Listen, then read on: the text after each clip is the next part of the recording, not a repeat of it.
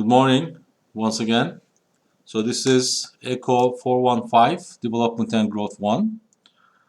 And I will start with discussing our syllabus. So let me share the screen.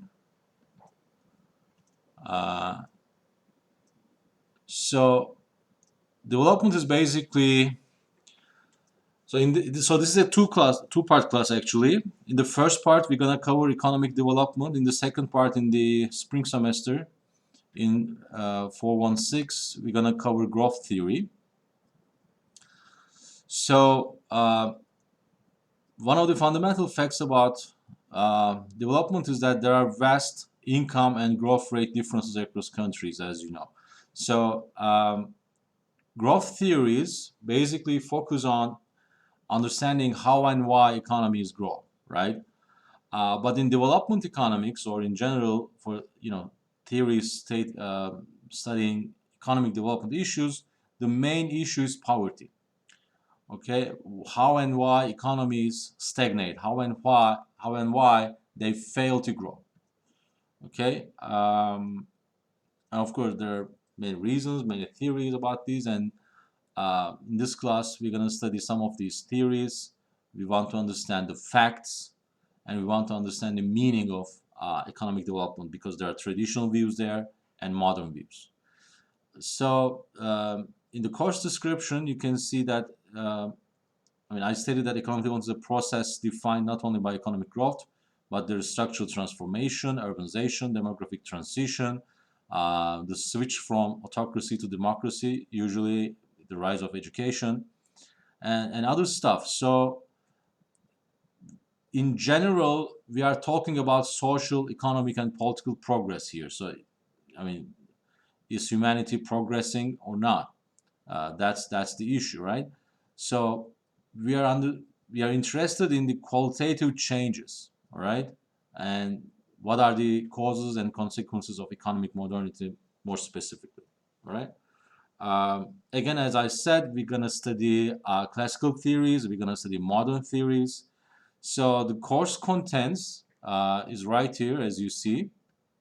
So today we're going to start with discussing what is traditional and what is new about the meaning of economic development, and we also discuss the values and objectives of development. So what are the core human values that we attach to modernity and development, and what are the core objectives of policymakers in developing countries, or more generally, what are the objectives of development theories. Next week we're going to look at the issue of comparative economic development, because when we talk about economic development, we first look at, of course, income levels and growth rates, for sure. And in that respect, countries differ a lot, both historically and in the modern era, at the present. Then we also see that countries also differ in many other respects, in urbanization, in demographics, in education, in health, the role of women in the society, etc., right?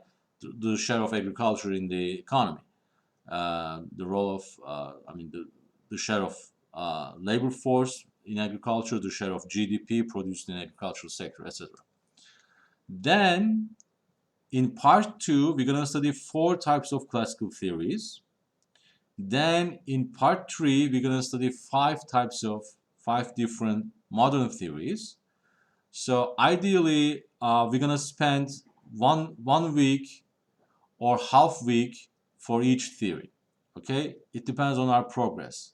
Some chapters take little time, less time. Some take more time. We will see our pace, so it's not a big deal.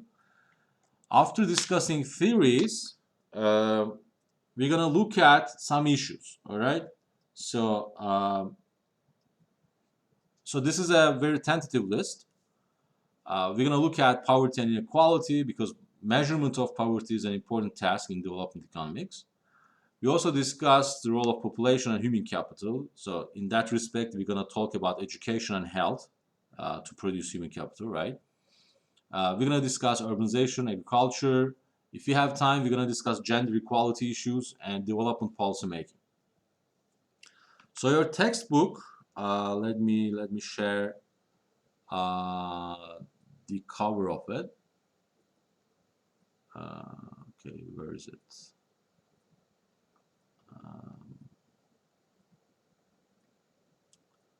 So let me find it.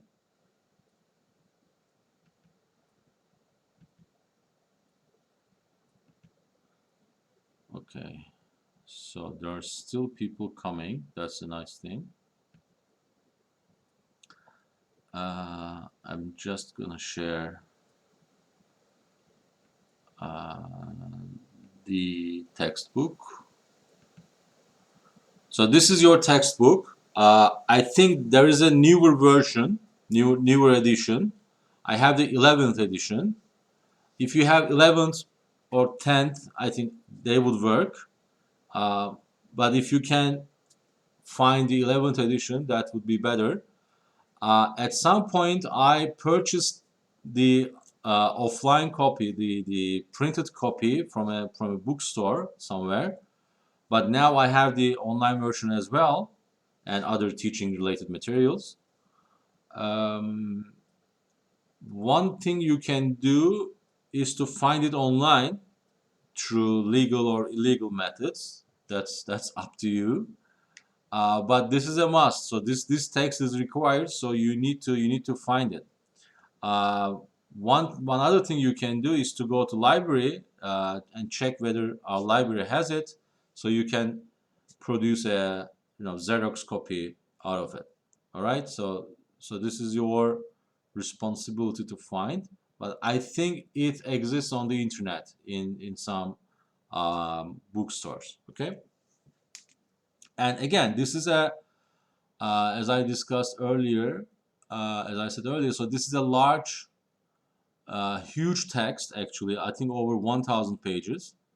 We're not gonna cover all the details, all the chapters in the book, but we're gonna use we're gonna use many chapters. You're gonna read many reading assignments within the text. So please obtain a copy of it either online or offline. Okay. So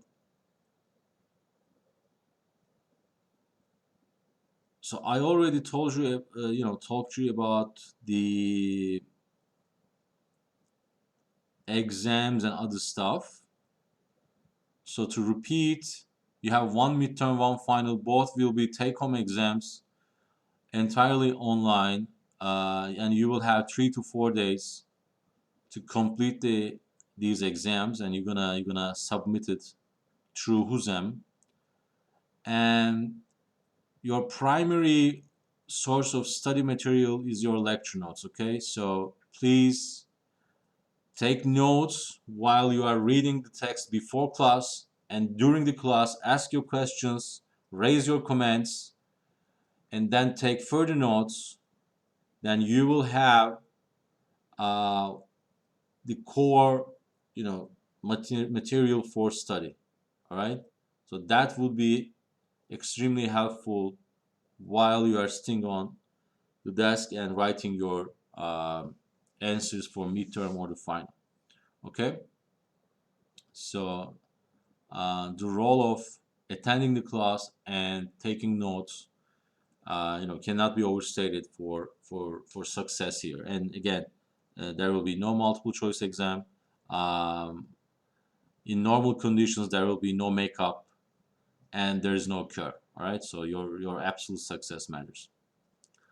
Okay, so if you have a question or comment or recommendation, anything you want to share, you can do it now. Otherwise, we're gonna start our lecture. So this is again for today an introductory lecture, just to set the boundaries and establish some foundation. So next week we're gonna discuss comparative economic development. So I will show you where to read in the text. So now I'm waiting for your questions, comments, any other input.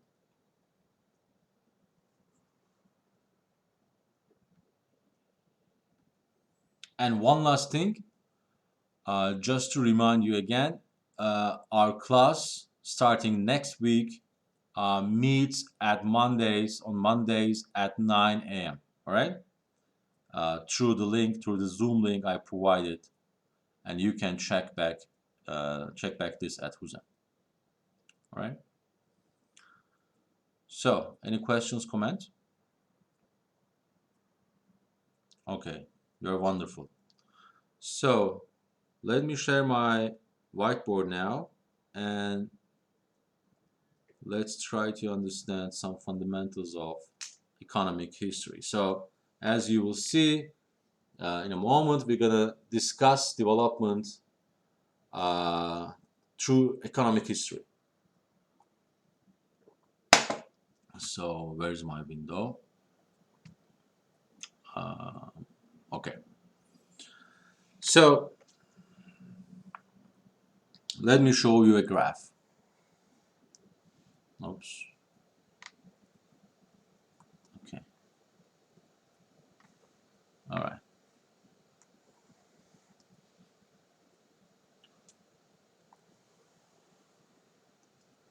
So imagine that we put time here, all right?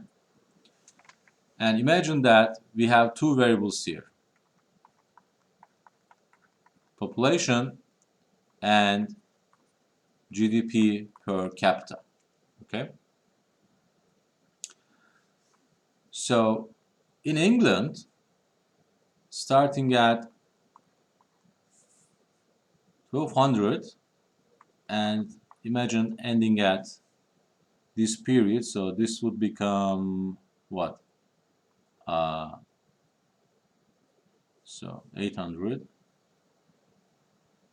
So this is 1600, right? So right there you have 1800, right there you have 1400, and right here in England, so this is, let's say, for England, okay? So right there was this Black Death, okay? So population was like this. So this is only a representative figure, by the way. But then you have something like that. Okay? Okay, so that last part is not correct.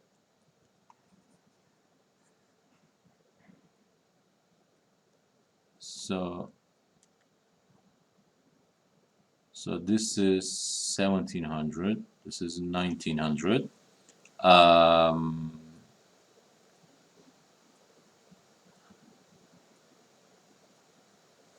So in terms of population,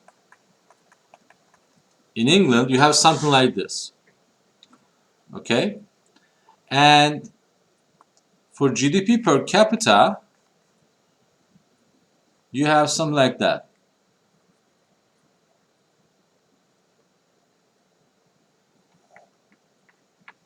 Okay? So this is GDP per capita. Now, right here,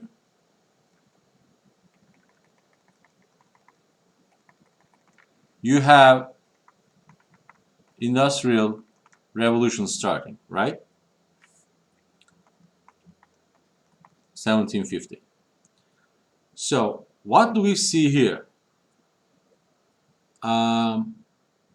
We see that, and if you actually go this direction in time, you will see that economies did not create much population growth in earlier centuries, okay, and much GDP growth in earlier centuries. So this is a known fact. So here we are focusing on England because for this episode we have more or less reliable data, all right, through parish registers. Because in England there are parishes, each parish records who is born and who has died. Okay? Through this, they have good information on population. And also, they have tax registers.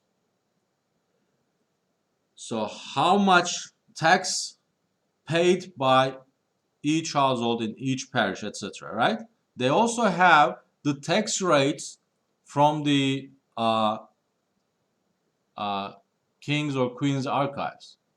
So they know, they have some idea about the income of people, okay? And they also have some idea about prices, all right, through historical records. So they can actually establish a series of GDP per capita, a series of real wage, etc. So something that represents the standards of living, all right?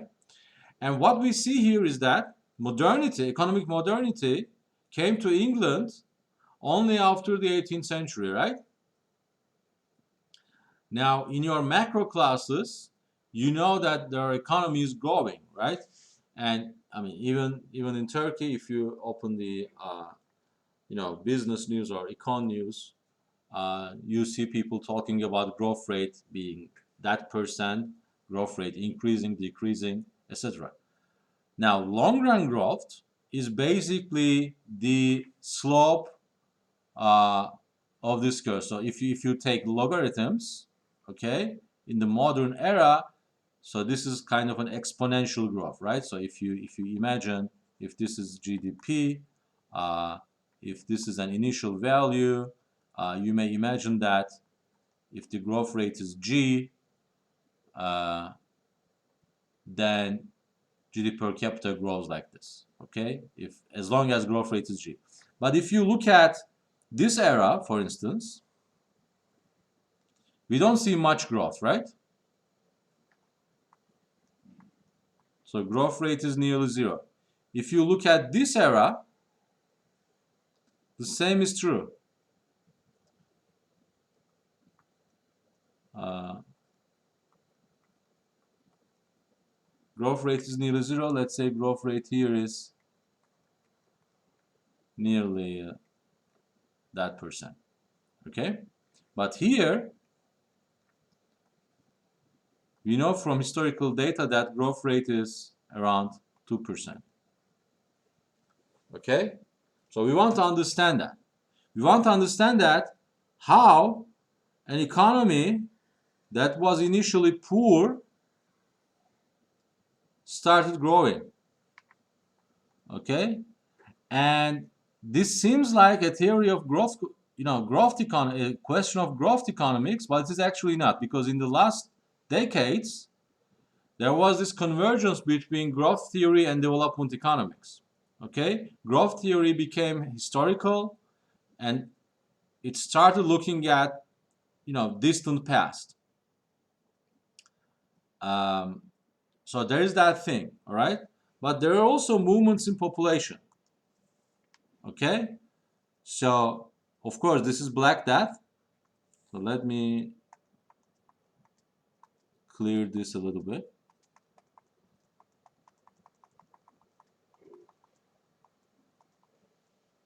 Okay? So this is Black Death.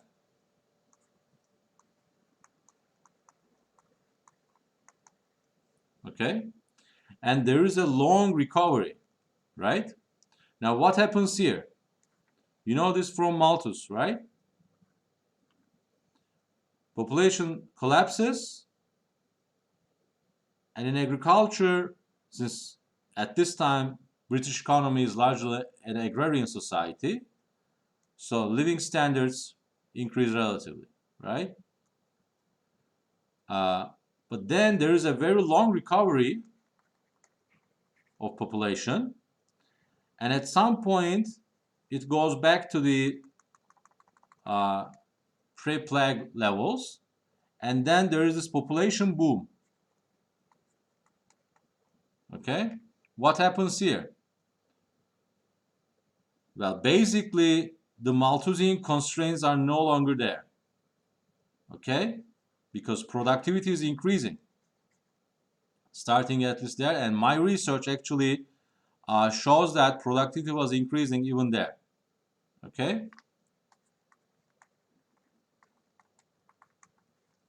But then at some point, oops,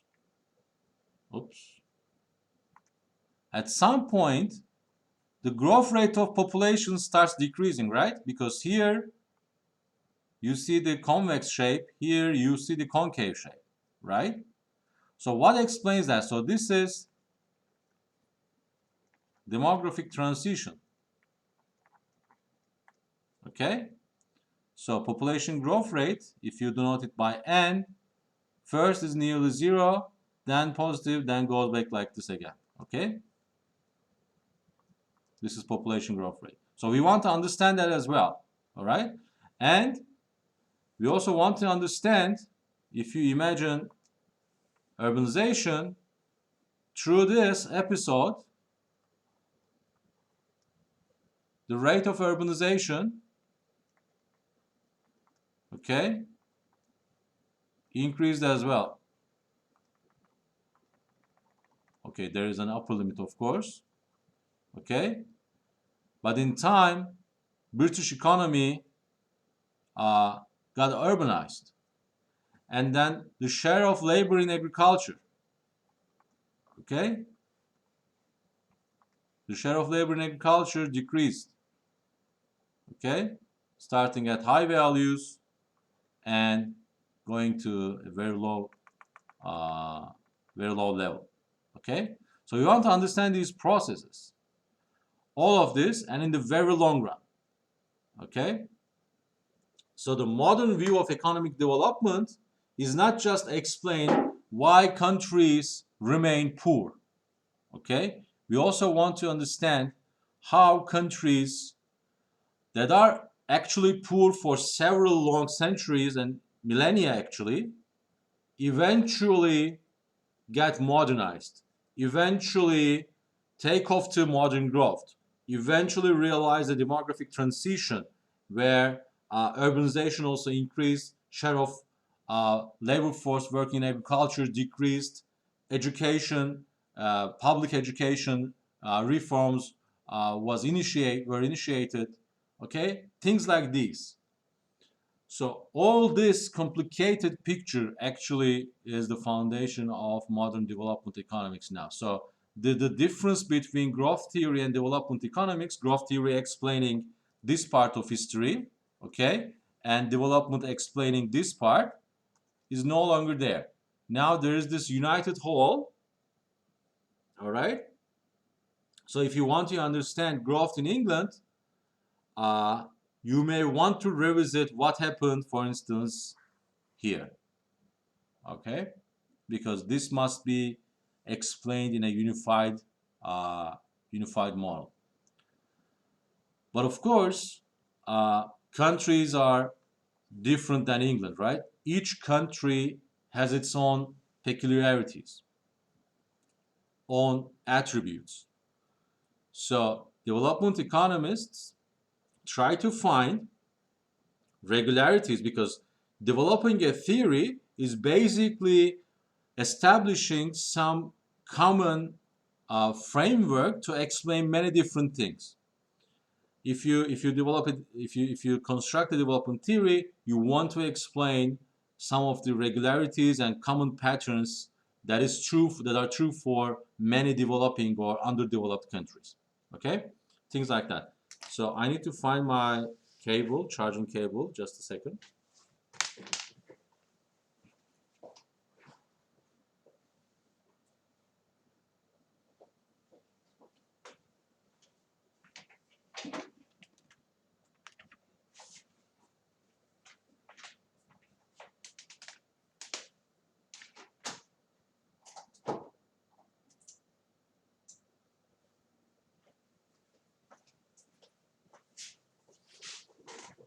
Okay. So, in theory, we want to find, again, commonalities, regularities. But if you develop a theory, let's say, that is very good in explaining the historical case for England, may not be actually productive or sufficiently explanatory for, let's say, Uganda in 20th century, okay? Then you modify your theory. So this is like a game. You first have a prior, and then you look at the data. Then data and prior shape your posterior beliefs, posterior expectations, posterior arguments. Okay, so it is a Bayesian updating process. Okay, theory is like this. So if a theory is not working, you must modify it or you must trash it. Okay. Now we have less than 10 minutes for this meeting, but I think I can still continue. So do you have any questions about this historical picture?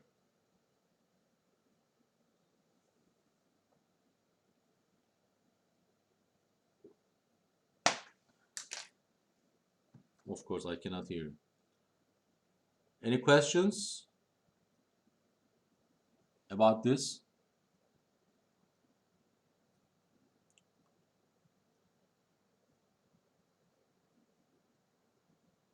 Do you hear me?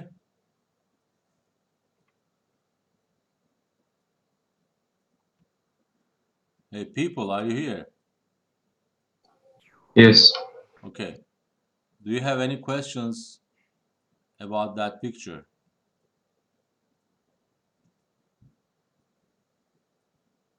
Hmm?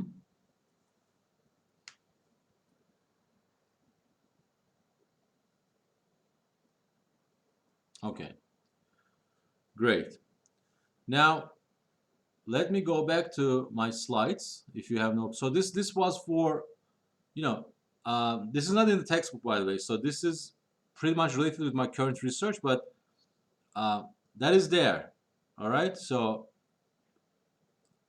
growth theory is not separate from development economics. No longer. Okay.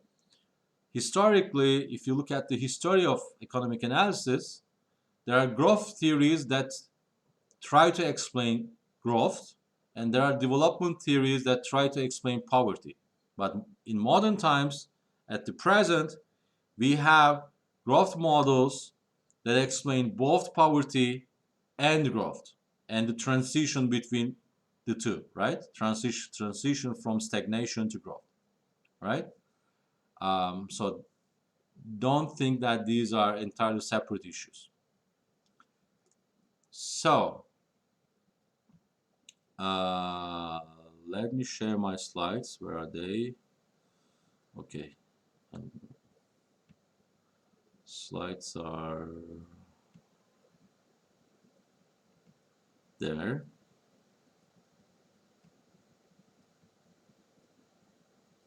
Um, okay. Oops.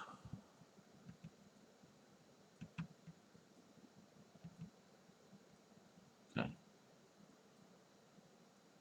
All right. So in this introduction class, I have three things to cover. One is, what does it mean to have development, right? Or underdevelopment. So that's the first thing, and then we're gonna discuss what development economics is. Next, I will very briefly show you something about the traditional views of development and some brief issues about the new views. Okay, and then I will introduce you Amartya Sen's approach to economic development, and then we're gonna discuss some core values of development and some of the objectives of development economics. All right, objectives of development. Um, so here's a fact. Uh, Around 40% of world's population, careful, lives on less than $2 per day. Okay? All right, where's my cursor?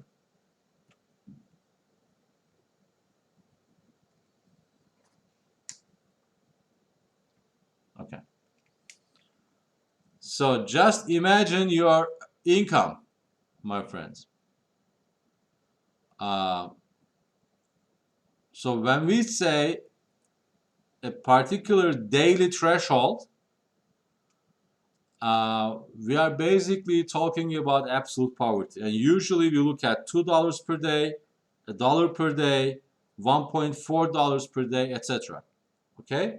So in terms of these daily limits, most people, if you take $2 as a case, most people, around half of world's population. So this number today is a bit lower, but back in 2011, according to your textbook, around 40% of people in the planet